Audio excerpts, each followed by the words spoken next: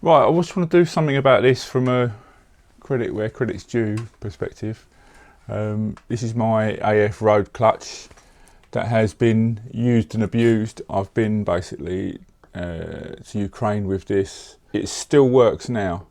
I'm just going to strip it down for the first time. What you can see here is that these teeth are worn out now. They're starting to burr up at the edge.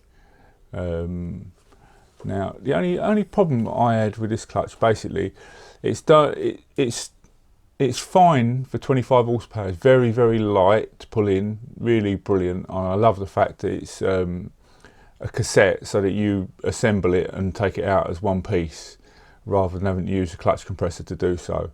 The only issue I've really had with the AF clutch is you can see here that there is some wear there where it's touched the kickstart shaft. But if I spin it around, you'll see that the other half is still got the anodizing on it. So that tells you one thing. It tells you that it doesn't rotate evenly. There's something slightly off in this. And I've always been able to tell the same, because when you try to tension the chain, set the chain tension, basically it goes tight loose as you rotate the sprocket, and it's definitely the sprocket that's causing it. So all I've had to do is basically set the chain tension so that it's never tight in the bottom run. There's certainly appear to need a little bit of fettling. The ones that I've seen, modern ones that I've seen, don't seem to be finished quite as well as the earlier versions.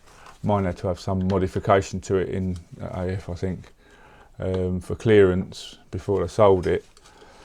But for a standard bike, you know, or anything up to 20 horsepower, I'd put this in, you know, ahead of probably upgraded standard clutches, because I just prefer it. It's been very dependable. There's not really much to moan about.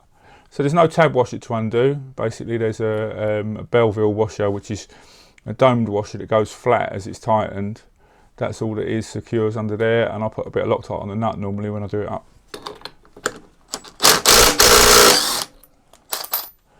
There's a holding tool for these clutches, but there. So that's the Belleville washer. A slight dome to that, and that's what's creating extra tension on the nut.